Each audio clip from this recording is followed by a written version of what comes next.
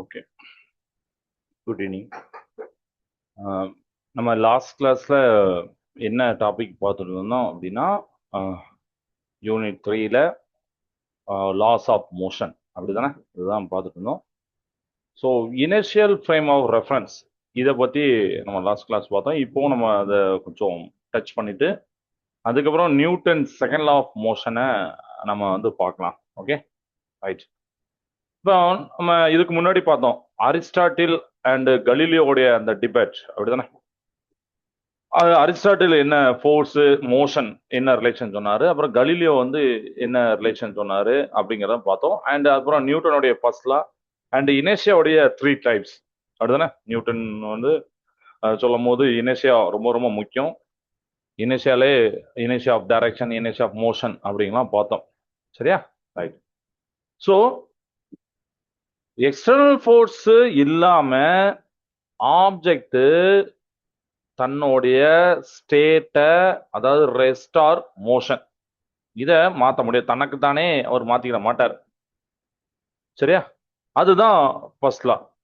Okay, இந்த இப்போ first லா எங்க வேலிட் ஆகும் அப்படின்னு நம்ம பார்க்கக்கூடியதான் இனிஷியல் ஃப்ரேம்ஸ். சரிங்களா, இனிஷியல் ஃப்ரேம் அந்த ஃபர்ஸ்ட் லா வந்து எல்லா இடத்துலையும் வேலிட் ஆகுது. இனிஷியல் ஃப்ரேம்ஸ் அப்படிங்கிறத நீங்க பார்க்க போறீங்க.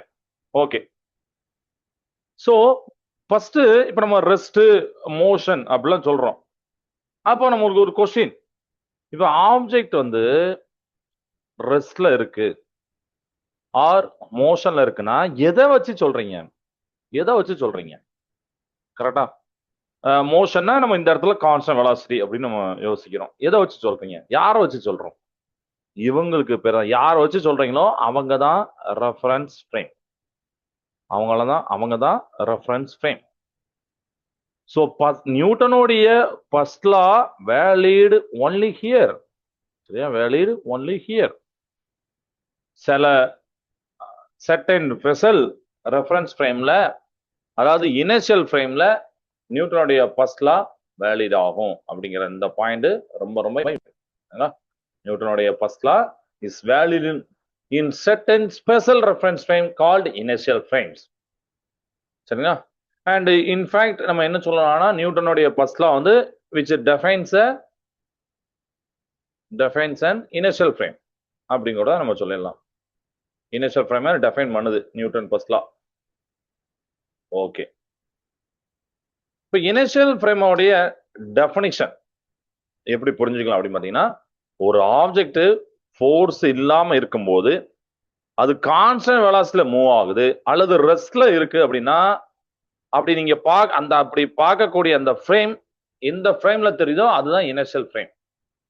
சரிங்களா, ஒரு ஆப்ஜெக்ட் ரெஸ்ட்ல இருக்கட்டும் இல்ல கான்ஸ்டன்ட் வெலாசிட்டில போகட்டும், பட் அதை நீங்க பாக்குறீங்க. Okay, right. அப்ப அந்த ஃப்ரேம்ல அது போகுதுப்பா அப்படின்னா அந்த ஃப்ரேம் தான் நம்ம இனிஷியல் ஃப்ரேம் அப்படின்னு சொல்லுவோம். ஸோ இதுக்கு எக்ஸாம்பிள் நம்ம பார்க்கலாம். எக்ஸாம்பிள் என்னன்னா, இப்போ எக்ஸாம்பிள் நம்பர் 1 கார் எடுத்துக்கிடும். அப்போ எ பெர்சன் ஆன் கிரவுண்டு. சரியா, நம்ம புக்ல ஃபிகர்ல பாத்துக்கோங்க, 3.5ல இருக்கும் அந்த ஃபிகர். இப்போ இந்த கார் வந்து ஒரு யூனிஃபார்ம் வெலாசிட்டில போயிட்டே இருக்கு. யூனிஃபார்ம் வெலாசிட்டி, ஒரு வி அப்படிங்கிற யூனிஃபார்ம் வெலாசிட்டில மூவ் ஆயிட்டே இருக்கு. நான் வந்து இங்க நிக்கிறேன். நான் வந்து ஒரு பெர்சன், நான் வந்து கிரவுண்ட்ல நிக்கிறேன். அந்த காரை நான் பாக்குறேன். அந்த கார் மூவ் ஆயிட்டே இருக்கு. சரிங்களா, அப்போ கிரவுண்ட்ல இருந்து பார்க்கும்போது அந்த காரு இனிஷியல் ஃப்ரேம். இப்ப முடிஞ்சிருக்கும்னு நினைக்கிறேன். இதுதான் இனிஷியல் ஃப்ரேம். கார்ல இருந்து பார்க்கும்போது நான் ரெஸ்ட்ல இருக்கேன். நான் இனிஷியல் ஃப்ரேம். அவ்வளவுதான். ஏன்னா நான் ரெஸ்ட்ல இருக்கேன், அவர் யூனிஃபார்ம் வெலாசிட்டில போறாரு. ஸோ இதுதான் இனிஷியல் ஃப்ரேம். ஏன்னா ரெண்டுத்துக்கும் இடையில பாத்தீங்கன்னா ஒரு ரிலேட்டிவ் வெலாசிட்டி பார்க்கும்போது கான்ஸ்டன்டா இருக்கும். ஏன் கான்ஸ்டன்டா இருக்கும்? ஏன்னா அவரு ஒரு யூனிஃபார்ம் வெலாசிட்டில போறாரு, இவரும் பாத்தீங்கன்னா ரெஸ்ட்ல இருக்காரு. அதனால ரெண்டுத்துக்கும் அந்த இடையில பார்க்கக்கூடிய ரிலேட்டிவ் வெலாசிட்டி கான்ஸ்டன்டா இருக்கும் அப்படிங்கிறத நீங்க இதுல இருந்து தெரிஞ்சுக்கலாம். இப்போ இன்னொரு எக்ஸாம்பிள் நம்ம பார்க்கலாம். இன்னொரு எக்ஸாம்பிள் என்னன்னா, ட்ரெயின் வந்து சடனா ஆக்சிலேட் ஆகுறது. Example number 2, train sudden acceleration.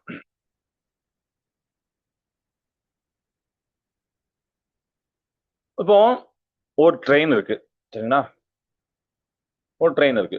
Okay, இந்த ட்ரெயினுக்குள்ள நம்ம ஒரு கம்பார்ட்மெண்ட்ல ஒரு ஒரு டேபிள் எடுத்துக்கிட்டோம், சரிங்களா? இந்த டேபிள் பாத்தீங்கன்னா ஒரு ஸ்மூத்தான டேபிள். ஸ்மூத்தான டேபிள் தான் தெரியும் உங்களுக்கு. ரஃப் சர்ஃபேஸ் கிடையாம அப்படியே லைஸா, அது ஒரு ஐஸ் கட்டியில எப்படி ஒரு ஆப்ஜெக்ட் நழுவிப்போம் அதே மாதிரி. இது மேல ஒரு ஆப்ஜெக்ட் நான் வைக்கிறேன். இந்த ஸ்மூத் டேபிள் மேல ஒரு ஆப்ஜெக்ட் வைக்கிறேன். இந்த ஆப்ஜெக்ட் ரெஸ்ட்ல இருக்கு. எப்போ போற வரைக்கும் இந்த ட்ரெயின் அப்படியே போயிட்டே இருக்கும்போது, இந்த ட்ரெயின் சடனா ஆசலேட் ஆனா, அதாவது ஸ்பீட் இன்க்ரீஸ் ஆனா, ஆசலேட் என்ன அர்த்தம்? ஸ்பீடு வேரியேஷன்ஸ், அதாவது வெலாசிட்டி வேரியேஷன். உடனே என்ன ஆகும்? ஆப்ஜெக்ட் ஃபோர்ஸ் இல்லாமலே பேக்வர்டா மூவ் ஆயிரும். எந்த ஃபோர்ஸும் ஆக்ட் ஆகாது, ஆனா பேக்வர்டா அந்த ஆப்ஜெக்ட் மூவ் ஆயிரும். ஸோ இந்த நியூட்டனுடைய ஃபர்ஸ்ட் லா என்னது? நம்மளுக்கு முன்னாடியே பார்த்துருக்கோம், அப்படிதானே? ஒரு மோஷனுக்கு ஒரு ஃபோர்ஸ் இருக்கு, தேவைப்படுது, காஸ் அப்படின்னு நம்ம சொல்றோம். அண்ட் அதோடைய ஸ்டேட்டை ரெஸ்ட்ரிக்ட் பண்ணுது அப்படிங்கலாம் இது வரைக்கும் நம்ம பார்த்த கான்செப்ட், அரிஸ்டாட்டில், கலீலியோ, நியூட்டன் எல்லாமே. ஸோ இங்க நியூட்டனுடைய ஃபர்ஸ்ட் லா வயலட் ஆகுது, சரிங்களா? நியூட்டனுடைய ஃபர்ஸ்ட் லா வயலட் ஆகுது. ஸோ ஆசலேட்டிங் ட்ரெயின் இங்க ஆசலேட் ஆயிட்டு, அந்த ட்ரெயின் ஆசலேட் ஆயிட்டு. அப்ப இந்த ட்ரெயினை நீங்க என்ன சொல்ல போறீங்க அப்படின்னா, நான் இனிஷியல் ஃப்ரேம் அப்படின்னு சொல்ல போறீங்க. நான் இனிஷியல் ஃப்ரேம் அப்படின்னு சொல்ல போறீங்க. ஏன்னு இப்போ உங்களுக்கு புரிஞ்சிருக்கும். அப்போ ஓகே, ஏன்னா அங்க ரெஸ்ட்லயும் இல்ல, வெலாசிட்டி கான்ஸ்டன்ட் இல்ல. அவர் ஏன்னா ஆசலேஷன் அப்படின்னாலே வெலாசிட்டி சேஞ்ச் ஆகுது அப்படிங்கறத நம்ம சொல்றோம். So it implies that train is not an initial frame when it is accelerated. அவர் கான்ஸ்டன்டா வெலாசிட்டியா போனா இனிஷியல் ஃப்ரேம், கான்ஸ்டன்ட் வெலாசிட்டி போகாம ஆசலேட் ஆனா நான் இனிஷியல் ஃப்ரேம். இப்போ உங்களுக்கு இந்த ரெண்டுத்துக்கு உண்டான அந்த கம்பேரிசன் ரிலேஷன் உங்களுக்கு புரிஞ்சிருக்கும், என்ன டிஃபரன்ஸ் அப்படின்னு சொல்லிட்டு. இப்போ இங்க ஒரு ட்விஸ்ட் இருக்கு. இங்க என்ன ட்விஸ்ட் அப்படின்னா, எர்த்த நம்ம என்ன சொல்ல போறோம்? சரியா? எர்த் என்ன சொல்ல போறோம்? இனிஷியல் ஃப்ரேமா நான் இனிஷியல் ஃப்ரேமா அப்படிங்கிறது. எர்த்தை பத்தி உங்களுக்கு தெரியும். என்ன பண்ணுவாருன்னா, தன்னுடைய ஆக்சிஸ்ல ஸ்பின் ஆயிட்டே இருப்பார். அது மட்டும் இல்லாம சன்னை தன்னுடைய அந்த பாத்துல போயிட்டே இருப்பார், அப்படின்னா ஒரு ஆர்பிட்ல சுத்துது. ஸோ டெக்னிக்கலா நீங்க பார்க்கும்போது நீங்க சொல்லுவீங்க, சார் அது வந்து நான் இனிஷியல் ஃப்ரேம் சார் அப்படின்னு சொல்லுவீங்க. டெக்னிக்கலா எர்த் வந்து ஒரு நான் இனிஷியல் ஃப்ரேம் தான், சரிங்களா? ஏன்னா உங்களுக்கு வெலாசிட்டி மாறுது, ஏன்னா சேஞ்ச் ஆஃப் டைரக்ஷன் அங்க நடக்கு. அவர் கான்ஸ்டன்டா போறாருன்னு நம்ம சொல்ல முடியாது. ஏன்னா அவர் வெலாசிட்டி என்ன டைரக்ஷன் சேஞ்ச் ஆகணும், இல்ல வேல்யூ சேஞ்ச் ஆகணும். வேல்யூ ஒன்னா இருக்கலாம், ஆனா டைரக்ஷன் சேஞ்ச் ஆகுதுன்னா அவ்வளவுதான் ஆசலேஷன். அப்ப டெக்னிக்கலா நீங்க வந்து எர்த்த பார்க்கும்போது நான் இனிஷியல் ஃப்ரேம் அப்படின்னு சொல்லுவோம். நான் இனிஷியல் ஃப்ரேம் அப்படின்னு சொல்லுவோம்.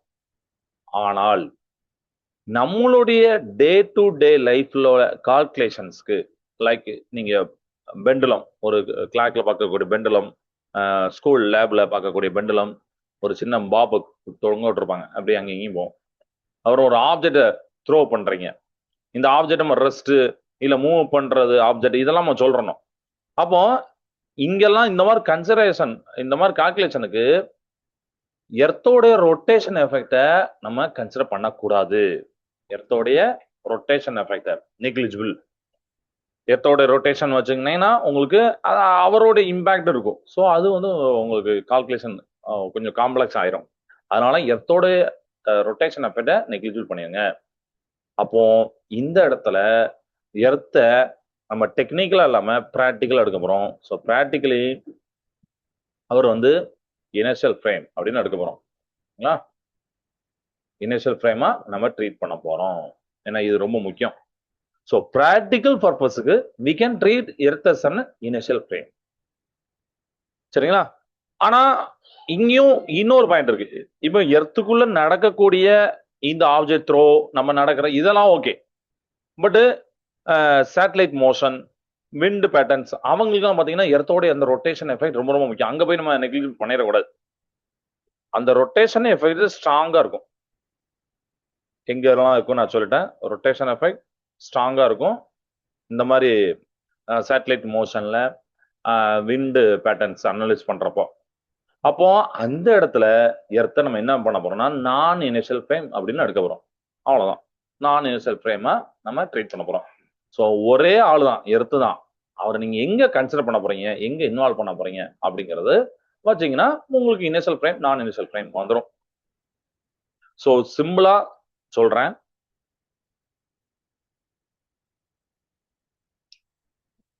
அதாவது சிம்பிளா சொல்றேன். ஒரு லைன் எழுதிக்கிறேன். ஆஸ்லேட் ஆகுது ஒரு ஆப்ஜெக்ட், பட் நான் புரியக்காண்டி இப்படியே விடுறேன், ஃபோர்ஸ் இல்லாம. அப்போ அது நான் இனிஷியல் ஃப்ரேம். சரியா? ஃபோர்ஸ் இல்லாம கான்ஸ்டன்ட் வெலாசிட்டி ஆர் ரெஸ்ட். இங்கேயும் ஃபோர்ஸ் இல்லாம தான் நம்ம சொல்லணும். சரியா? ஃபோர்ஸ் இல்லாம கான்ஸ்டன்ட் வெலாசிட்டி ரெஸ்ட் இருந்தா அவர் இனிஷியல் ஃப்ரேம். ரொம்ப ஹிண்டா நானே கொடுத்துட்டேன் நோட்ஸா, இதை நோட் பண்ணிக்கோங்க. இல்ல ஸ்கிரீன்ஷாட் கூட எடுத்துக்கோங்க. ஏன்னா இது வந்து ஈஸியா புரிஞ்சிடும். சரியா? ரைட்.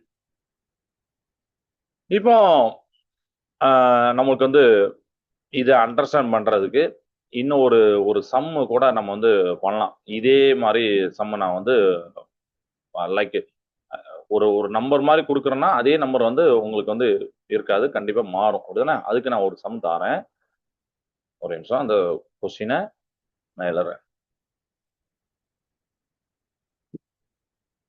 இப்போ என்னன்னா எ மேன் ஸ்டாண்டிங், சரிங்களா? ஒரு ஒரு ஒரு கிராமட்டிக்கல்லாம் எழுதல, அப்படியே ஒரு ஹிண்ட் மாதிரி எழுதுவேன். இன்சைடு லிஃப்ட், லிஃப்ட்டுக்குள்ள நிக்கிறார். அப்ப இந்த லிஃப்ட் வந்து ஸ்டார்ட் மூவிங் அப்வர்ட். அது உங்களுக்கு இப்படி போட்டாலும் புரியும். லிஃப்ட் வந்து மூவிங் அப்வர்டா இருக்கு with uniform acceleration. With uniform acceleration. Acceleration அப்படின்னா நம்ம என்ன பண்ணுவோம்? மீட்டர் பெர் செகண்ட் ஸ்கொயர் போடும். So 2 metre per second square. Okay. இப்போ ஒரு கொஸ்டின் கேட்கறாங்க. Is the frame of reference attach to the lift initial frame அப்படின்னு கேட்கறாங்க. அதாவது இந்த லிஃப்ட் கூட அட்டாச்சான frame, frame of reference initial ஃப்ரேமா அப்படின்னு கேட்கறாங்க. Initial frame is the frame of reference attached to the lift and initial frame. Justify your answer அப்படிங்க கேட்கறாங்க. What changes if the lift later moves with a constant velocity? அதையும் ஒரு question கேட்கறாங்க. சரிங்களா? இதை ஆன்சர் பண்ணணும் ஃபர்ஸ்ட். அதுக்கப்புறம் இப்போ லிஃப்ட் வந்து லேட்டரா வந்து கான்ஸ்டன்ட் வெலாசிட்டியா மூவ் ஆகுது. ஸோ வாட் சேஞ்சஸ் இப்படிலாம் இருக்கு. ஆன்சர் நம்ம எப்படி இதை அண்டர்ஸ்டாண்ட் பண்ணணும்? ஃபர்ஸ்ட் ஆசோலேஷன் சொல்லிட்டாங்க, யூனிஃபார்ம் ஆசோலேஷன் சொல்லிட்டாங்க. சரிங்களா? அப்போ no, yes, no. The frame of reference attached to the lift is not an initial frame. It is a non-initial frame. சரிங்களா? ஓகே, இது நோன்னு இதுக்கு போட்டிருக்கேன். ஆக்சுவலா ஆன்சர் வந்து நான் இனிஷியல் ஃப்ரேம். நான் இனிஷியல் ஃப்ரேம். சரியா? ஸோ அதுக்கப்புறம் லேட்டரா மூவ் ஆகுது, கான்ஸ்டன்ட் வெலாசிட்டியில மூவ் ஆகுதுன்னா அப்போ பாத்தீங்கன்னா அது ஃப்ரேம் ஆஃப் ரெஃபரன்ஸ் வந்து இனிஷியல் ஃப்ரேம். கான்ஸ்டன்ட் வெலாசிட்டியில மூவ் ஆனுன்னா, ஸோ பாருங்க ஒரே ஆப்ஜெக்ட் அந்த ட்ரெயினை பார்த்த மாதிரி தான், கான்ஸ்டன்ட் வெலாசிட்டி மூவ் ஆனா அப்போ அது வந்து இனிஷியல் ஃப்ரேம். சரியா? பட் இது நம்ம வந்து ஒரு லைனா எழுதிட்டோம். ஓகே, இனிஷியல் ஃப்ரேம் நான் இனிஷியல் ஃப்ரேம் எழுதிட்டோம். பட் ஜஸ்டிஃபை ஒரு ஆன்சர் அப்படிங்கும் போது நம்ம இன்னும் கொஞ்சம் டீட்டெயிலா அதை சொல்லணும். ஸோ நான் எக்ஸ்பிளைன் பண்றேன் அது எப்படின்னு. இப்போ இனிஷியல் ஃப்ரேம் ஆஃப் ரெஃபரன்ஸ் அப்படிங்கிறது இட் இஸ் எ ஃப்ரேம். ஒன்று ரெஸ்ட்ல இருக்கணும், இல்லைன்னா அந்த கான்ஸ்டன்ட் மூவிங் வெலாசிட்டி, கான்ஸ்டன்ட் வெலாசிட்டியா போகணும். அப்படின்னா என்ன அர்த்தம்? ஆக்சலேஷன் எக்ஸாக்ட்லி 0 இருக்கணும். நல்லா தெரிஞ்சுங்க, ஆக்சலேஷன் எக்ஸாக்ட்லி 0 ஆகணும். எங்க அந்த கான்ஸ்டன்ட் வெலாசிட்டி, நம்ம வெலாசிட்டி கான்ஸ்டன்ட் பண்ணாலும் ஆக்சலேஷன் 0. இனிஷியல் ஃப்ரேம்ல நியூட்டனுடைய லாஸ் ஆஃப் மோஷன் ட்ரூ ஆகும். ரைட்டா? ஆனா இங்க வந்து ஆக்சலேஷன் இருக்குன்றாங்க. அப்ப நாட் ஈக்குவல் டு 0 கண்டிப்பா இருக்கு. And frame itself is accelerating related to the ground. அதனாலதான் நம்ம அந்த 2 மீட்டர் per செகண்ட் அது யாரு கூட கம்பேர் பண்ணும்போது கிரவுண்டு கூட கம்பேர் பண்ணுவது. சரிங்களா? So it violates the definition of initial frame. அப்படிதான் முடிஞ்சது. ஸோ அதனால நான் இனிஷியல் ஃப்ரேம் அப்படின்னு நம்ம சொல்றோம். அதுக்கப்புறம் நம்ம என்ன பண்றோம் அப்படின்னா இதுலயும் இன்னும் சூடோ ஃபோர்ஸ் தான் வரும். Real force, downward gravitational force அதெல்லாம் வரும். அது நம்ம லேட்டரா அந்த சூடோ ஃபோர்ஸ்லாம் என்ன அப்படிங்கறது பார்க்கலாம். ஓகே, இது வரைக்கும் ஓகே. இது இது ஒரு 2 மார்க்ல 1 வேர்டா இருக்கு. இது வரைக்கும் ஓகே. கான்ஸ்டன்ட் வெலாசிட்டில மூவ் ஏன்னா அதுக்கப்புறம் அது லெஃப்ட் வந்து லேட்டரா கான்ஸ்டன்ட் வெலாசிட்டில மூவ் ஆகுது. ஆக்சிலரேஷன் என்ன ஆகும்னா 0க்கு டிராப் ஆயிடுது. 2 to 0க்கு வந்துடுது. அப்ப டெஃபினிஷன் படி கான்ஸ்டன்ட் வெலாசிட்டில போகுது அப்படின்னாலே அது இனிஷியல் ஃப்ரேம். ஸோ அதுக்கப்புறம் மற்றதெல்லாம் நம்ம பார்ப்போம். சரிங்களா? நார்மல் ஃபோர்ஸ், சூடோ ஃபோர்ஸ்லாம் நம்ம பின்னாடி பார்ப்போம். ஸோ இது வரைக்கும் உங்களுக்கு கிளியரா இருக்கும் அப்படின்னு நான் நம்புறேன். ஸோ இது இட்ஸ் ஆல் பிலாங்ஸ் டு நமக்கு வந்து இதுல பார்க்குறோம், இனிஷியல் ஃப்ரேம்ல பார்க்குறோம். சரியா?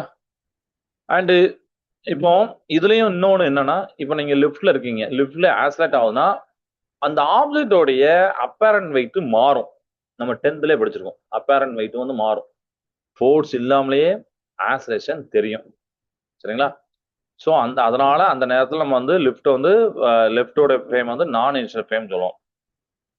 கான்ஸ்டன்ட் வெலாசிட்டில மூவ் ஆகும்போது ஆக்சிலரேஷன் 0 ஆயிரும். அப்போ இனிஷியல் ஃப்ரேம் சொல்லுவோம். ஏன்னா அங்க ஃபோர்ஸே இல்லாம எந்த ஆப்ஜெக்டும் ஸ்டேட் மாறாது அந்த ஃப்ரேம்ல. இது வரைக்கும் கிளியர் ஆயிருக்கும். இப்போ நம்ம நெக்ஸ்ட் பார்க்க போறோம் நியூட்டனுடைய செகண்ட் லா.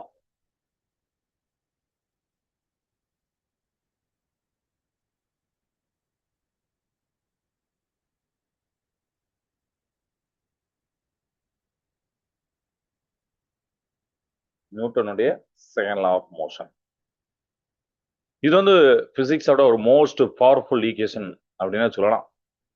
ஃபர்ஸ்ட் லா சொன்னிச்சு ஸ்டேட் மாறதுக்கு ஃபோர்ஸ் வேணும்பா அப்படின்றது. ஃபோர்ஸ் இல்லைன்னா ஸ்டேட் மாறாது. ஆனா ஃபோர்ஸ் இருந்தா எவ்வளவு சேஞ்ச் ஆகும் அப்படிங்கிற ஒரு கண்டென்ட் ஒரு இது இருக்குல்ல, கொஸ்டின் இருக்குல்ல. ஸோ ஃபோர்ஸ் இருந்தா எவ்வளவு சேஞ்ச் ஆகும்னு சொல்றதா இந்த செகண்ட் லா. ஸோ ஃபோர்ஸ் இருந்தா சேஞ்ச் ஆகும்னு சொல்றது ஃபர்ஸ்ட் லா. எவ்வளவுப்பா சேஞ்ச் ஆகும் அப்படிங்கிறது வந்து செகண்ட் லா. சரியா? அதான். ஸோ நியூட்டனோட செகண்ட் லாவை புக்ல சொல்லியிருப்பாங்க.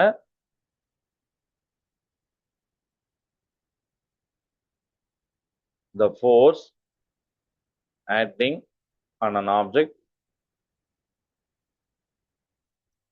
is equal to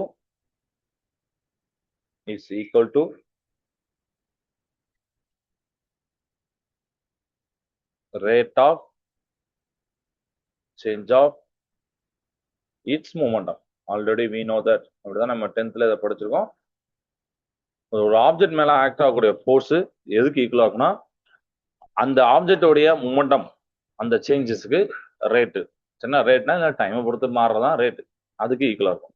ஸோ இந்த ஈக்குவேஷன்ஸ் படி நம்ம எப்படி போடலாம்? நம்மளுக்கு நம்ம படிச்சிருக்க equation F equal to dp. ஏன்னா பின்னா மொமெண்டத்தோட change by DD.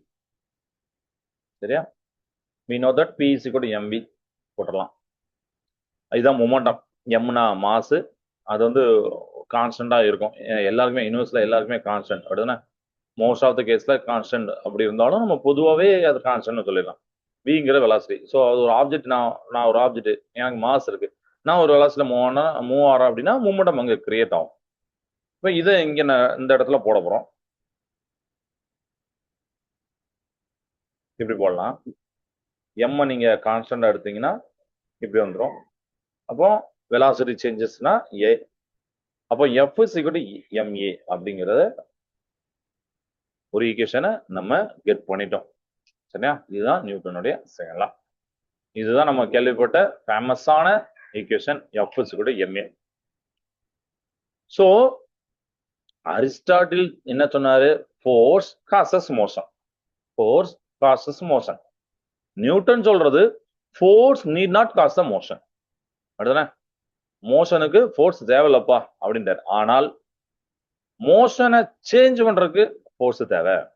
Only change in மோஷனுக்கு ஃபோர்ஸ் நீட் தேவைப்படுது. சரிங்களா? ஓகே. அதாவது இப்படி புரிஞ்சுக்கோங்களேன். ஆப்ஜெக்ட் வந்து ஆல்ரெடி மூவ் ஆயிட்டே இருக்கு, அதை கண்டினியூ பண்ணக்கு ஃபோர்ஸே வேண்டாம். கலீலியோ இதான் சொன்னார், அப்படிதானே? அதை கண்டினியூ பண்ணக்கு ஃபோர்ஸே வேண்டாம்ப்பா அப்படின்ட்டாரு. ஆனா அரிஸ்டாட்டில் சொன்னாரு இல்ல, அது கண்டினியூ பண்றதுக்கு ஃபோர்ஸ் வேணும்னு சொன்னாரு. கலீலியோ நியூட்டன்லாம் இதுல அக்ரி. ஸோ கண்டினியூ பண்ற ஃபோர்ஸே வேண்டாம். ஆனா அதோடைய வெலாசிட்டிய மேபி அதோடைய வேல்யூ இல்லைன்னா டைரக்ஷனையும் சேஞ்ச் பண்ணணும்னா அங்க ஃபோர்ஸ் வேணும். சரியா? இது ஒண்ணு கொடுத்துருப்பாங்க. அதுக்கப்புறம் எக்ஸாம்ல ஒரு ஒரு டெஃபினேஷன் அடிக்கடி கேட்கக்கூடிய ஒரு டெஃபினேஷன் இருக்கு. அது என்ன அப்படின்னா 1 நியூட்டன். இது அடிக்கடி கேட்கக்கூடிய ஒரு கொஸ்டின். 1 நியூட்டன் அப்படிங்கிறது it is defines the force which acts on 1 kg of mass to give an acceleration 1 meter per second in the direction of force.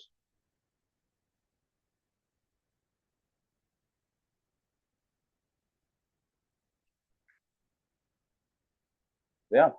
அப்ப என்ன அர்த்தம்? 1 நியூட்டனை நீங்க டெஃபைன் பண்ண போறீங்க. ஒரு ஆப்ஜெக்ட் 1 kg மாஸ் இருக்கு அதுக்கு. அப்போ அந்த ஆப்ஜெக்ட் மேல ஃபோர்ஸ் ஆக்ட் ஆகுது, ஆக்ட் ஆகி அதை மூவ் பண்ணுது, அதாவது ஆக்சலேஷன் கொடுக்கு. ஆக்சலேஷன் எவ்வளவு இருக்கு? 1 மீட்டர் பெர் செகண்ட். அப்போ அந்த object 1 metre per second acceleration போகணும்னா 1 kg ஆப்ஜெக்ட் போகணும்னா நீங்க கொடுக்கக்கூடிய ஃபோர்ஸ் தான் 1 நியூட்டன். அந்த ஃபோர்ஸ் எங்க இருக்குன்னா அந்த 1 நியூட்டன் அப்படின்னு நம்ம சொல்றோம்ல, அதுல ஃபோர்ஸ் விச் ஆக்ஷன் அப்படின்னு சொல்லிருக்கோம், இந்த டைரக்ஷன் ஆஃப் ஃபோர்ஸ் அப்படின்னு போட்டுப்பாங்க. அதாவது ஃபோர்ஸோட டைரக்ஷன்ல ஆக்சலேஷன் போகுது அப்படின்னு அர்த்தம். So 1 newton equal to 1 kg 1 metre per second 2. சரியா? Metre per second -2. இத நம்ம வந்து ஒன்னு அண்டர்ஸ்டாண்ட் பண்ணிக்கலாம். இது ஒண்ணா ரைட். இப்ப இதுக்கு பேஸ் பண்ணி ஒரு சம்மு பார்க்கலாமே. இதை பேஸ் பண்ணி ஒரு சம் பார்க்கலாம். எல்லாமே எஸ்எல் அரோரா டைப் தான். ஓகே. ஸோ இது வந்து கொஸ்டினை நம்ம வந்து நான் ஒரு ஹிண்டாவே தருவேன். ஃபோர்ஸ் இருக்கு, அந்த ஃபோர்ஸ் வந்து 12 நியூட்டன் இருக்கு. Force of 12 newton gives a mass m1, acceleration அந்த அந்த மாஸ் மேலே அந்த ஃபோர்ஸ் ஆக்ட் ஆகுது. அந்த ஃபோர்ஸோட வேல்யூ கொடுத்துட்டேன். ஆக்சலேஷன் நம்ம இப்பதான் பார்த்தோம், ஆக்சலேஷன் ஆக்ட் ஆகும்னு சொல்லிட்டு 3 மீட்டர் பெர் செகண்ட் ஸ்கொயர். இதே சேம் ஃபோர்ஸ் மாஸ் m2 மேல ஆக்ட் ஆகுது. m2 மேல இந்த தடவை ஆக்சலேஷன் எப்படி இருக்குன்னா 5 மீட்டர் பெர் செகண்ட் ஸ்கொயர். ஒரே ஃபோர்ஸா இருக்கலாம், ஆனா மாஸ் வேற வேற இருக்கு. அப்படிதானே? ஆக்சலேஷன் பாத்தீங்கன்னா ஒரே மாஸ் ஒரே ஃபோர்ஸ், ஆனா ஆக்சலேஷன் வேற மாதிரி இருக்கு. இங்க 3 இருக்கு, 5 இருக்கு. அப்படிதானே? அப்போ என்ன கேக்குறாங்க? What acceleration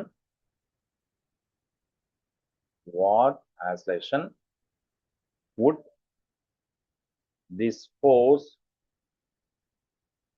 give if both masses were combined together.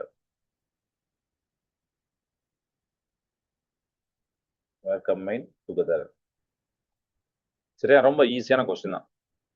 What acceleration would this force give if both masses were combined together? அப்பனா என்ன? அந்த ரெண்டு மாசம் கம்பைன் டுகெதர் ஆயிட்டான், ஒரே மாசம் மாறுது. அப்படிதானே? அப்போ இந்த ஃபோர்ஸ், இதே ஃபோர்ஸ் எவ்வளவு ஆக்சலேஷன் கொடுக்கும்? தனித்தனியா ஓகே 3, 5 கொடுக்கலாம். இப்போ கம்பைன் ஆன பிறகு எவ்வளவு கொடுக்கும் அப்படின்னு சொல்லிட்டு பாக்குறோம்.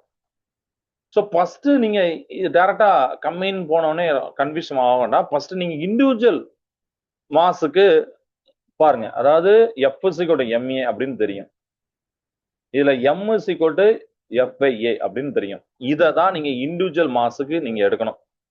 ஸோ ஃபார் எக்ஸாம்பிள் M1 எடுத்தீங்கன்னா ஃபோர்ஸ் A1, M2 எடுத்தீங்கன்னா ஃபோர்ஸ் A2. ஈஸியா போட்டலாம். ஃபோர்ஸ் எல்லாமே சேம் தான். 12 by A1 வந்து 3. இது 12 by 5. 12 by 3னா 4 kg மாஸ் வந்து உங்களுக்கு தெரியாது, இது வரைக்கும் தெரியல, இப்போ தெரிஞ்சு போச்சு 4 kg மாஸ் அப்படின்னு தெரிஞ்சு போச்சு. அவர் அந்த ஃபர்ஸ்ட் ஆப்ஜெக்டோட மாஸ் 4 kg தான்.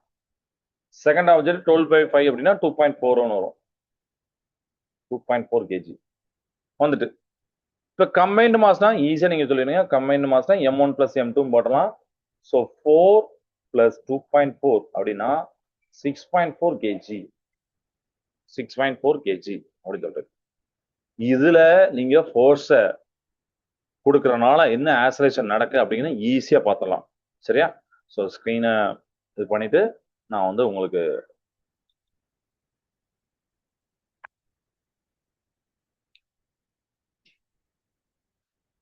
ஆக்சலேஷன் அப்படின்னு நீங்க டேரக்டா போட்டுக்கலாம். எஃப் பை எம் போட போல இப்போ 2 கம்பைன்டு மாஸ் நான் ஆட் பண்ணி வச்சுட்டேன். ஸோ 12 by 6.4 1.875 அப்படின்னு வந்துடும். இதை டிவைட் பண்ணீங்கன்னா மீட்டர் பெர் செகண்ட் ஸ்கொயர். அவ்வளோதான். சரியா? ஓகே. ஸோ புக்லையும் இதே மாதிரி நிறைய சம்ஸ் இருக்கு. இப்போ ஒரு ப்ராப்ளம் பார்த்தீங்கன்னா 2.5 kg கொடுத்துருவாங்க, 100 kg masses, same force 5N, அதெல்லாம் இருக்கும். ஸோ இதுல இருந்து என்ன தருதுன்னா, நீங்க இந்த சம்லே பார்க்கும்போது மாஸ் M1 பாருங்க. M1 வந்து 4 kg, M2 வந்து 2.4 kg. அப்ப இது மேல ஃபோர்ஸை நீங்க சேம் ஃபோர்ஸை ஆட் பண்றீங்கன்னா ஆக்சலேஷன் இதுக்கு பாத்தீங்கன்னா A1 அப்படிங்கிறது எவ்வளவு வந்ததுன்னா 3 வந்தது, A2 பாத்தீங்கன்னா 5 வந்துச்சு. அப்போ கம்மியான மாசு ஆக்சலேஷன் அதிகம், அதிகமான மாசு ஆக்சலேஷன் கம்மி. கரெக்டா?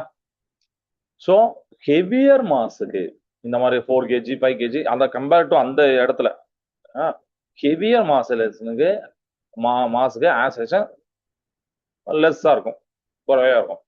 லைட்டர் மாஸுக்கு அதிகமா இருக்கும், ஆக்சலேஷன் அதிகமா இருக்கும். ஸோ ஆக்சலேஷன் மாஸ் ரெண்டு பேருமே இன்வெர்ஸ்லி ப்ரொபோர்ஷனல். ஆக்சலேஷன் மாஸ் ரெண்டு பேருமே இன்வெர்ஸ்லி ப்ரொபோர்ஷனல். ஸோ இதையும் நீங்க பார்த்துக்கோங்க. Okay.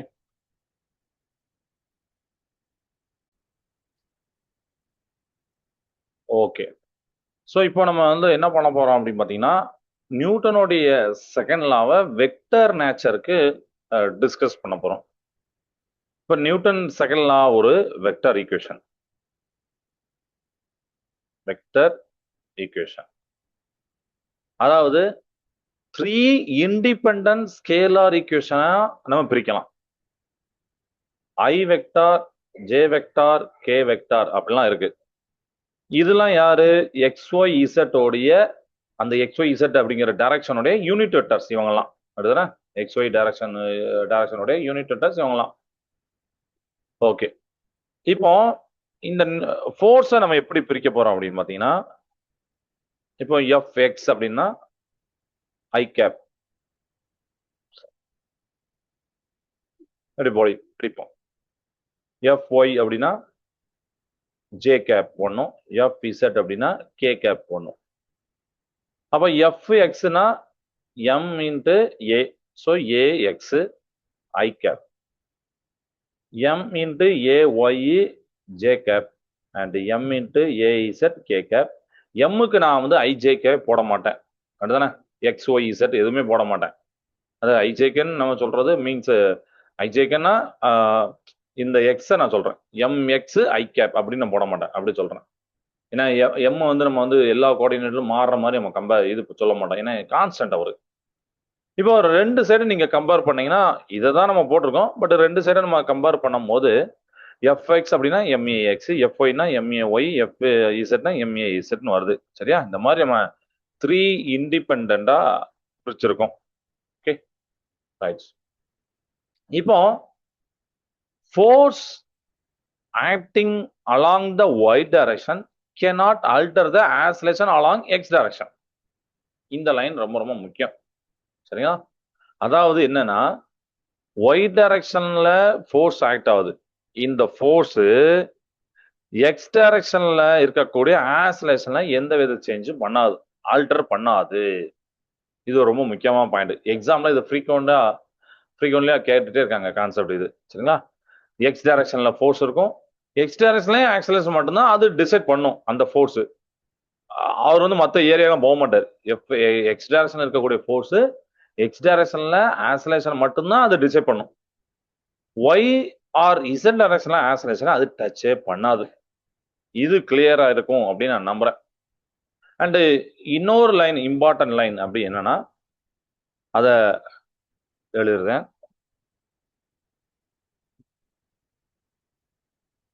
The acceleration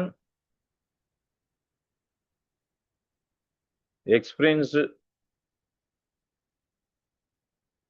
by the body at time t depends on the force which acts on the body at that instant of time. So it does not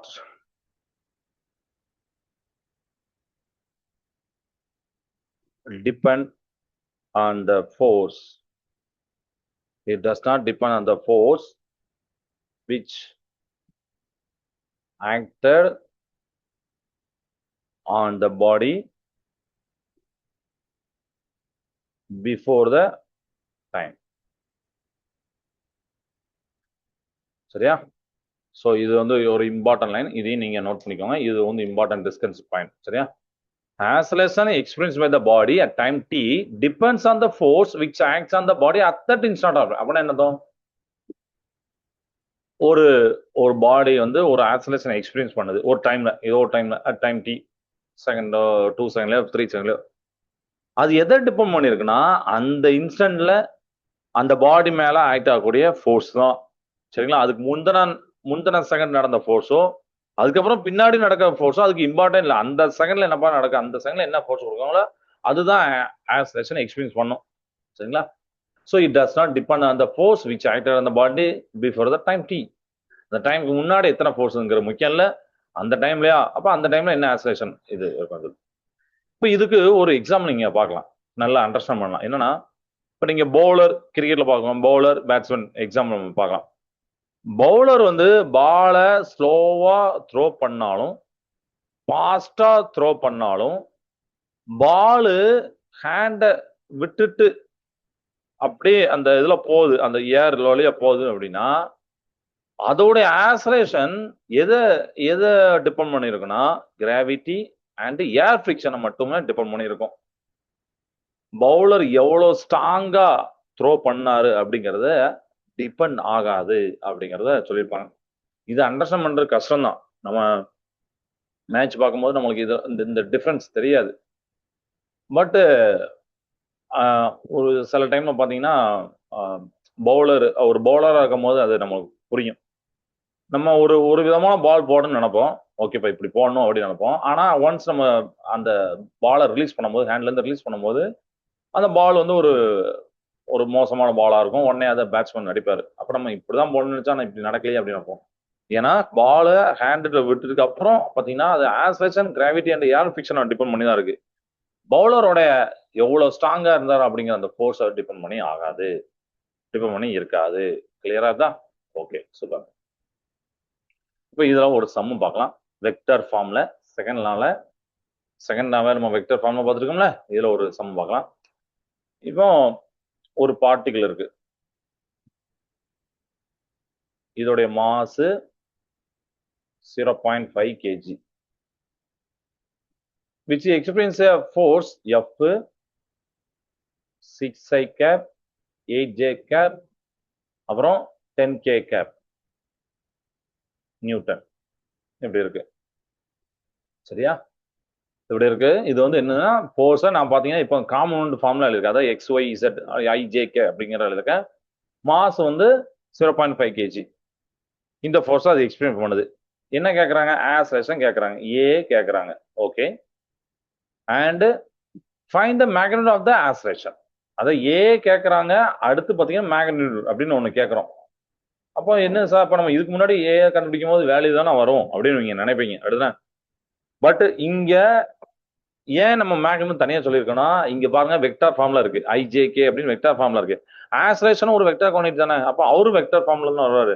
அப்ப vector ஃபார்ம்ல மட்டும் எழுதாம நீங்க மேக்னிடியூட்ல எழுதணும். So ரொம்ப இம்பார்ட்டன்ட்.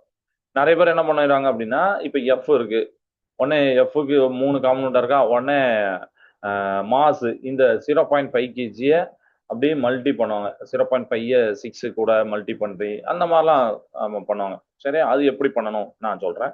இப்ப ஏ வந்து எஃப்ஐஎம், எஃப் வந்து 6i 8j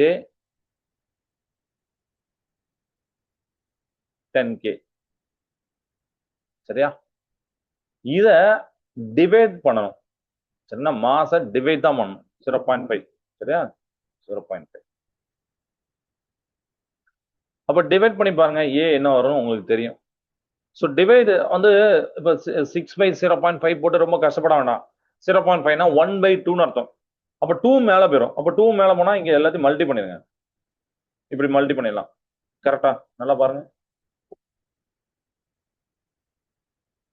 எப்படி மீட்டர் பர் செகண்ட் ஸ்கொயர். இப்போ இதுதான் ஆசலேஷன். இப்போ தான் மேக்னிடியூட் வரும். மேக்னிடியூட்னா இதை தான் ரூட் எடுக்கணும். ஃபர்ஸ்டே அதை ரெண்டு மல்டி பண்றதுனால எல்லாம் பண்ண முடியாது, பண்ணக்கூடாது. சரிங்களா, இதை தான் நம்ம ரூட் எடுக்கணும். அதாவது சைனை வந்து எப்படி பண்ணீங்கன்னா இப்படி பண்ணணும், ஹோல் ஸ்கொயர், அப்புறம் பிளஸ் போட்டு அடுத்து 16 ஹோல் ஸ்கொயர் பண்ணணும். மைனஸ் போட்டு 16 ஹோல் பண்ணீங்கன்னா அதுவும் தப்பு. Plus 20 square. யோசிச்சு பாருங்க என்ன வரும். ஹோல் ஸ்கொயர்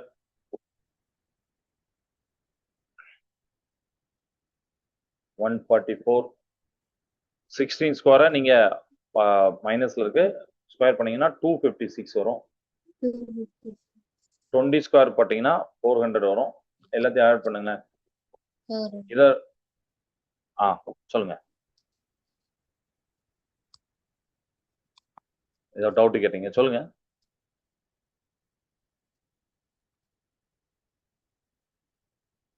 சரி 800 வருங்க. ஏ 800 வருமா ஆட் பண்ண எல்லாத்தையும்? ஓ ஆன்சர் சொல்றீங்களா? Yes yes, very good very good, correct. 800. இந்த ரெண்டு பேரும் 400. ஸோ ரூட் ஆஃப் 800 அப்படின்னு வரும். 800 அப்படியே விட்டுறக்கூடாது, அப்படி விட்டாலும் அது தப்பு. ஆன்சர் கீழே நம்ம என்ன பண்றோமா இதை ரூட் எடுத்து எடுக்கணும்.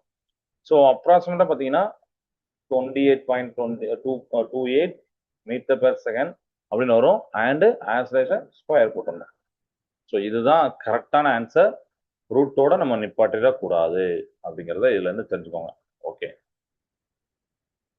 ஸோ இதே மாதிரி நம்ம புக்கில் எக்ஸாம்பிள் 3.110 நீங்க நம்ம எல்லா எக்ஸாம்லையும் பாருங்க, நம்ம வீட்டில் போயிட்டு 3.110லாம் 10ல பார்த்தீங்கன்னா ரெண்டு ஃபோர்ஸ் கொடுத்து அதை ஆட் பண்ணி நெட் ஃபோர்ஸை கண்டுபிடிக்க சொல்லுவாங்க.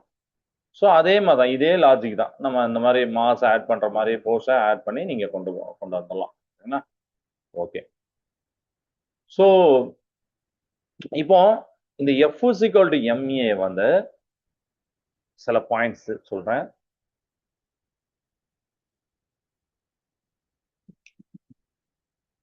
F equal to MA, force கொடுத்தால் ஆசலேஷன் கண்டுபிடிக்கலாம். இப்படி ஃபோர்ஸ் கொடுத்தா ஆசலேஷன், ஏன்னா மாஸ் அப்படி இருக்க போறது. ஆசலேஷன் கொடுத்து ஆசலேஷன் இவரை கொடுத்தா ஃபோர்ஸை கண்டுபிடிக்கலாம். அப்போ இப்படி எஃப் இக்குவல் டு எம்ஏ அப்படி போடலாம். இந்த ரெண்டு ஈக்குவேஷன்ஸும் எக்ஸாம்ல ஈக்குவலி இம்பார்ட்டன்ட். என்ன எதை கொடுத்து எதை கேட்கறாங்க அப்படி பார்க்கணும். நியூமரிக்கல் ப்ராப்ளம்ல எது கொடுத்துருக்காங்கன்னு நீங்க கவனமா பார்க்கணும். அதுக்கப்புறம் அந்த ஃபார்முலாவை ரீஅரேஞ்ச் பண்ணணும். சரிங்களா, ஓகே. ஸோ இது ஒண்ணு. இப்போ ஒரு அனிமேஷன் ஒண்ணு நான் காமிக்கிறேன். செகண்ட்.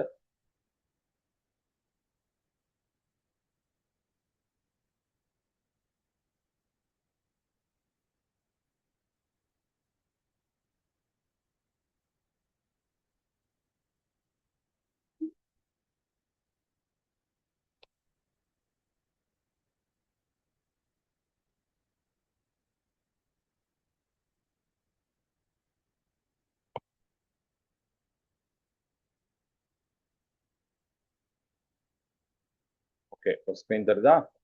இது வந்து நியூட்டன் செகண்ட் லாவை நம்ம பார்க்கறதுக்கு ஈஸியாக அண்டர்ஸ்டாண்ட் பண்ணுறதுக்கு இமேஜின் பண்ணுறதுக்கு யூஸ் ஆகக்கூடியது.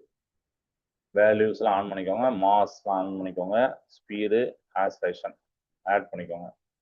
ஃப்ரிக்ஷன் வந்து நம்ம லாட்ஸு இல்லை நன் அப்படின்னு வைக்கலாம். ஸோ இப்போதைக்கு நம்ம ஃபஸ்ட்டு நன்னுன்னு வச்சுருந்தேன், அதாவது ஐஸ் மாதிரி இருக்கக்கூடியது. இப்போ நீங்கள் என்ன பண்ண போறீங்கன்னா, இந்த ஆப்ஜெக்ட் மேலே, இந்த ஆப்ஜெக்ட் இருக்காரா, இந்த ஆப்ஜெக்ட் இவர் மேலே இவர் வந்து இப்படி தள்ளும் போது இப்போ பாருங்க, அப்ளைட் ஃபோர்ஸ் வந்து 6 நியூட்டன் கொடுக்குறாரு. அவர் ஆப்ஜெக்ட் வந்து 50 கேஜி. சரியா? இப்படி இருக்கு. நான் என்ன பண்றேன்னா கொஞ்சம் கொஞ்சமா ஃபோர்ஸை இன்க்ரீஸ் பண்றேன். நீங்க ஆக்ஸலரேஷன் மட்டும் நல்லா பாருங்க.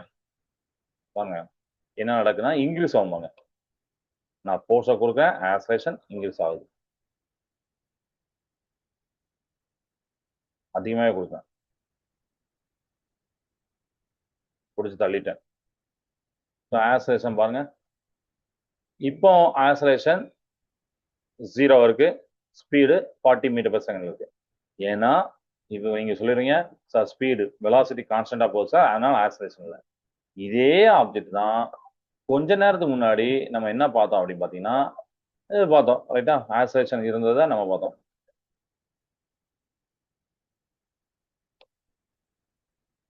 அப்போ நீங்க இது பண்ணும்போது இந்த ஃப்ரிக்ஷன் ஃபோர்ஸ்லாம் பின்னாடி வரும், அது அப்புறம் சொல்றேன். இப்போ பாருங்க வெலாசிட்டி சேஞ்ச் ஆகுது, ஏன்னா நான் ஃபோர்ஸ் கொடுத்துட்டே இருக்கேன். ஃபோர்ஸ் இன்க்ரீஸ் பண்றேன், ஆக்ஸலரேஷன் இன்க்ரீஸ் ஆகுறாரு. அதுக்கப்புறம் ஒரு டைம்ல இப்போ ஸ்லோவா வந்ததுனால மைனஸ்ல போட்டிருப்பாங்க. ஏன் மைனஸ்ல போனா நம்ம பார்த்துருந்தோம், இப்போ ட்ரெயின்லாம் பிரேக் பிடிச்சதுன்னா அப்படியே அவர் ஸ்லோவா வருவார். ஏன்னா நான் இங்க பாருங்க சர்ஃபேஸ் போன இதுல பாத்தீங்கன்னா சர்ஃபேஸ் வந்து ஐஸ்ல எடுத்தனால உங்களுக்கு வந்து ரெஸ்ட்ல வரல. பட் இங்க ரெஸ்ட்ல வந்துட்டு ஏன்னா ஃப்ரிக்ஷன் ஆக்ட் ஆகுது. இந்த ஃப்ரிக்ஷன் பத்தி பின்னாடி இருக்கு, ஸ்பீடு கம்மியாகுது பாருங்க, ஆக்ஸலரேஷன் எஸ் 0 ஆயிட்டு. இதுதான் நெகட்டிவ் ஆக்ஸலரேஷன், டீஆக்ஸலரேஷன். அப்படிலாம் நம்ம எவ்வளவு நாள் படிச்சோம், இவ்வளவுதான். ஸோ சர்ஃபேஸு, ஆக்ஸலரேஷன், நீங்க ஃபோர்ஸை கொடுக்குறீங்க, ரெண்டுமே டேரக்ட்லி பொசிஷன்ல சேஞ்ச் ஆகுறாரு, அந்த சர்ஃபேஸை பொறுத்து அது ரெஸ்ட் இருக்கிறது எல்லாமே பார்த்தோம். இதுதான் கிளியரா? ஸோ இந்த அனிமேஷன்ல இருந்து உங்களுக்கு வந்து இது கிளியரா புரிஞ்சிருக்கும். என்ன புரிஞ்சிருக்கும் அப்படின்னா, ஆக்ஸலரேஷன் சேஞ்ச் மாறுது அப்படிங்கிறது ஃபோர்ஸை டிபெண்ட் பண்ணி இருக்கு. ஃபோர்ஸ் அப்ளை பண்ணி ஆக்ஸலரேஷன் எப்படி மாறுது அப்படின்னு பார்க்கலாம். தட் இஸ் எஃப் இஸ் கூட எம்ஏ ரிலேஷன்ஷிப்ல. இதே மாதிரி நீங்க வந்து அதே அனிமேஷன்லாம் மாஸை சேஞ்ச் பண்ணி பார்க்கலாம். பட் அது உங்களுக்கு இப்போ புரிஞ்சிருக்கனால அதை நான் காமிக்கல. 50 கேஜி இருக்கும் போது என்ன ஃபோர்ஸ் கொடுக்குறீங்க, என்ன ஆக்ஸலரேஷன், 70 கேஜில் இருக்கும் போது என்ன ஃபோர்ஸ் கொடுக்குறீங்க, என்ன ஆக்ஸலரேஷன், அப்படி இல்லை ஒரே மாதிரி ஃபோர்ஸை கொடுத்து மாசம் மட்டும் வெரி பண்ணி நீங்க ஆக்ஸலரேஷன் பார்க்கலாம். இது மாதிரிலாம் அதை மட்டுமே தனியா பார்க்கலாம். ஓகே ரைட், இது ஒன்று உங்களுக்கு புரிஞ்சிருக்கும் நான் நம்புறேன்.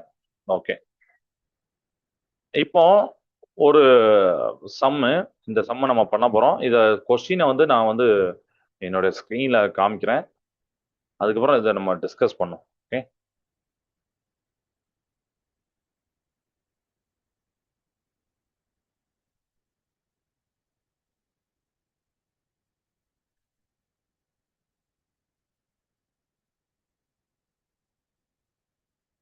ஓகே. ஸோ இதான் சம்மு.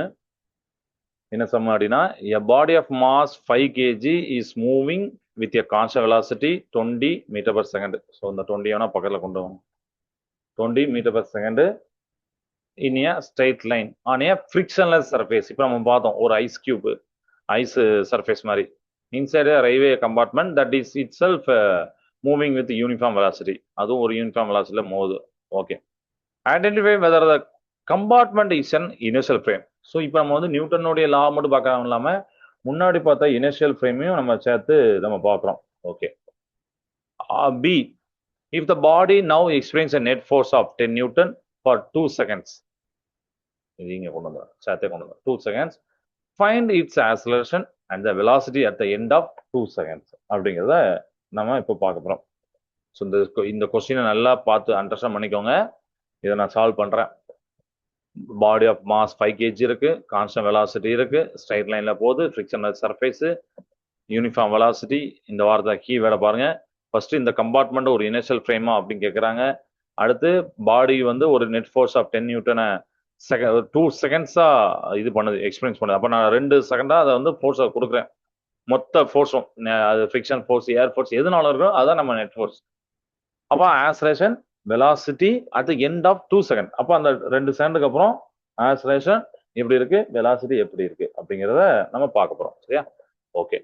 ஸோ இதை இப்போ நம்ம சால்வ் பண்ணலாம். எப்படி ஸ்டெப் பை ஸ்டெப்பா சால்வ் பண்ணுவோமா?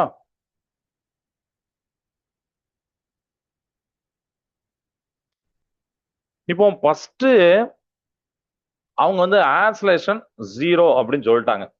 அதை சம பார்க்கும்போது constant velocity, uniform velocity, compartment uniform velocity. அதான் ஆக்சலேஷன் 0 அவங்க டைரக்டா கொடுக்கணும் அவசியம் இல்லை. அதான் நான் சொன்ன முன்னாடியே அந்த நோட்ஸ் கொடுத்துட்டேன். யூனிஃபார்ம் வெலாசிட்டினால ஆக்சலேஷன் 0. ஸோ கம்பார்ட்மெண்ட் யூனிஃபார்ம் வெலாசிட்டியில போகுதுன்னா அப்போ அது இனிஷியல் ஃப்ரேம்.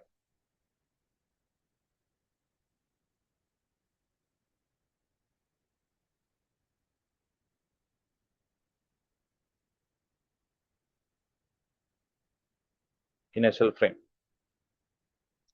அப்போ ஃபர்ஸ்ட் இதே முடிஞ்சது. எஸ், கம்பார்ட்மெண்ட் இனிஷியல் ஃப்ரேம், ஆம் எஸ் அப்படின்னு போட்டு அதுக்கு உண்டான ரீசன் எழுதணும். எஸ் அப்படின்னு மட்டும் போட்டுறக்கூடாது. இல்லைன்னா S it is initial frame அப்படின்னு போட்டுறோம். நம்ம சொல்லணும் யூனிஃபார்ம் வெலாசிட்டி இப்படி இருக்கு, ஆக்சலேஷன் இப்படி இருக்கு அப்படிங்கிறது. இப்போ பார்ட் பிக்கு போகலாம். பார்ட் பி வழக்கம் போல ஏஎஸ் கோட்டு எஃப்ஐஎம் போடலாம். எஃப் வந்து நம்ம 10 கொடுத்தேன், எம் வந்து 5 கொடுத்தேன். So 2 metre per second square அப்படிங்கிறத acceleration after the end of the 2 second. அந்த 2 செகண்ட் பார்க்கும்போது சரிங்களா? ஸோ 10 நியூட்டன் ஃபோர்ஸ் தான், 2 செகண்ட்ஸ் கொடுக்குறாங்க, மாஸ் 5 kg. அப்போ அதை போடுறோம். இப்போ இது வந்து ஆக்சலேஷன் தெரிஞ்சு போச்சு. ஆனா அவங்க இன்னொன்னு கேட்டிருந்தாங்க பாங்க, முக்கியமான ஒருத்தர், வெலாசிட்டி ஆஃப்டர் த அந்த 2 second, end of the 2 second. இதுல வெலாசிட்டிங்க டைமே இல்லை. அப்ப எப்படி கண்டுபிடிக்கிறது? வெலாசிட்டி டைமே இல்லை. அப்ப எப்படி கண்டுபிடிக்கிறதுனா வழக்கம் போல இந்த ஈக்குவேஷன் ஆஃப் மோஷனை எடுக்கிறோம். ஈக்குவேஷன் ஆஃப் மோஷன்ல v = u + at அப்படின்னு ஒண்ணு இருக்கு. தெரியும் தானே, 9th இருந்து படிச்சிருப்போம். அப்படிதான் அதை எடுத்துக்கிறேன். ஏன்னா இந்த ஈக்குவேஷன் எதுக்கு எடுக்க போறீங்கன்னா initial velocity, final velocity, acceleration, time involve ஆகக்கூடியது. ஃபைனல் வெலாசிட்டி தேவைன்னா இனிஷியல் வெலாசிட்டி உள்ள போட்டு நீங்க ஆக்சலேஷன் போட்டீங்கன்னா வரப்போகுது. ஓகே. இப்ப v தான் கண்டுபிடிக்க சொல்லியிருக்காங்க. ஆனா u எங்க இருக்குன்னு பார்க்கணும். u கான்ஸ்டன்ட் வெலாசிட்டின்னு சொன்னாங்கன்னா அதுதான் u, அதானே இனிஷியல் வெலாசிட்டி. அப்ப அந்த uக்கு நீங்க 20 போடலாம். சம பாருங்க 20 மீட்டர் பர் செகண்ட், அது இங்க போடுறேன். ஆக்சலேஷன் இப்பதான் கண்டுபிடிச்சோம் 2, டைம் வந்து 2 செகண்ட் தான் கொடுத்துருக்கேன். ஸோ அதையும் போடுறேன். இப்போ இது 4 20, இப்போ 24 மீட்டர் பர் செகண்ட். இதுதான் வெலாசிட்டியோட வேல்யூ. அவ்வளவுதான். ஆக்சலேஷன் தெரிஞ்சு போச்சு, வெலாசிட்டி தெரிஞ்சு போச்சு. ஸோ இந்த ப்ராப்ளம் ரொம்ப இம்பார்ட்டன்ட். ஏன் இப்போ இம்பார்ட்டன்ட்? நான் ஃபர்ஸ்டே சொன்னதான், 2 கான்செப்ட் இன்வால்வ் ஆயிருக்கும். Frame of reference concept involve ஆயிருக்கும், நியூட்டனுடைய செகண்ட் லாவை நம்ம டிபெண்ட் பண்ணி போட்டிருக்கோம், அண்ட் அதுலயும் நம்ம அந்த ஈக்குவேஷன் மோஷனையும் இன்வால்வ் பண்ணிருக்கோம், v = at. இந்த மாதிரிலாம் ப்ராப்ளம் பார்த்துக்கோங்க. எக்ஸாம்ல இந்த மாதிரி மிக்சடு கான்செப்டுவல் நியூமரிக்கல் கொஸ்டின்ஸ்லாம் வந்து கேட்பாங்க. சரிங்களா? இதை ஒன்று இதில் நம்ம பார்த்துக்கலாம். Okay okay. ஸோ இது வரைக்கும் நம்ம பார்த்ததை இப்போ ரீகால் பண்ண போகிறோம். ஏன்னா அதுக்கு அடுத்து நம்ம புது டாபிக் இருக்கு, நம்ம ரீகால் பண்ணிட்டு அந்த புது டாபிக் போவோம். நம்ம இது வரைக்கும் என்னெல்லாம் பார்த்தோம்? இனிஷியல் ஃப்ரேம் ஃபர்ஸ்ட், ஃபோர்ஸ் இல்லாம ஆப்ஜெக்டோடைய ஸ்டேட்டு மாறாது, அந்த மாறாத ஃப்ரேம் தான் இனிஷியல் ஃப்ரேம். சரிங்களா? எர்த்து டெக்னிக்கலி ப்ராக்டிக்கலி அப்படின்னு சொல்றோம். ப்ராக்டிக்கலா இனிஷியல் ஃப்ரேம்னு எடுக்கிறோம். ஆனா ஆசிலேட்டிங் ட்ரெயின் லிஃப்ட்லாம் நான் இனிஷியல் ஃப்ரேம். சரிங்களா? ஆசிலேட்டிங் ட்ரெயின் லிஃப்ட் அப்படின்னு வந்துட்டாலே அவரை நான் இனிஷியல் ஃப்ரேம்ல நீங்க போட்டலாம். நியூட்டனோட செகண்ட் லா F = dv/dt அப்படிங்கிறத போட்டேன். மாஸ் வந்து கான்ஸ்டன்டா இருந்தா F = ma அப்படிங்கிறது தெரியும். அதுக்கப்புறம் இம்பார்ட்டன்டான ஒரு definition 1 newton, 1 kg, 1 metre per second square, இதெல்லாம் பார்த்தோம். 1 நியூட்டன். அதுக்கப்புறம் செகண்ட் லாவோடைய வெக்டர் நேச்சர் XY டைரக்ஷன்ல இண்டிபெண்டா இருக்கும். அதுதான் முக்கியம். நான் சொன்னேன்னா எக்ஸ்ல போகக்கூடிய ஃபோர்ஸ் ஒய்ல எந்த வித ஆக்சலேஷன் ஆல்டர் பண்ணிடாது. அதுக்கப்புறம் சில சம்ஸ் நம்ம பார்த்தோம். ஓகே. ஸோ இதுக்கப்புறம் இங்க வீட்டில் போயிட்டு இனிஷியல் ஃப்ரேம், நான் இனிஷியல் ஃப்ரேமுக்கு ஒவ்வொன்றா வந்து எக்ஸாம் போட்டுக்கலாம். ஓகே. Sudden accelerating, braking of vehicle, ascending descending lift, train, பஸ்லாம் வந்து ஒரு கான்ஸ்டன்ட் ஸ்பீட்ல மூவ் ஆகுறது, இதெல்லாம் வந்து இனிஷியல் ஃப்ரேம்ல நம்ம சொல்லலாம். ஓகே.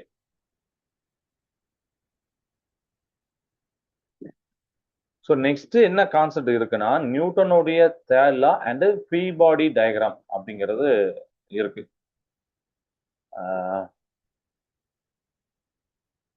அதை நம்ம நெக்ஸ்ட் கிளாஸ் பார்ப்போம், நெக்ஸ்ட் இதில் பார்ப்போம். சரியா?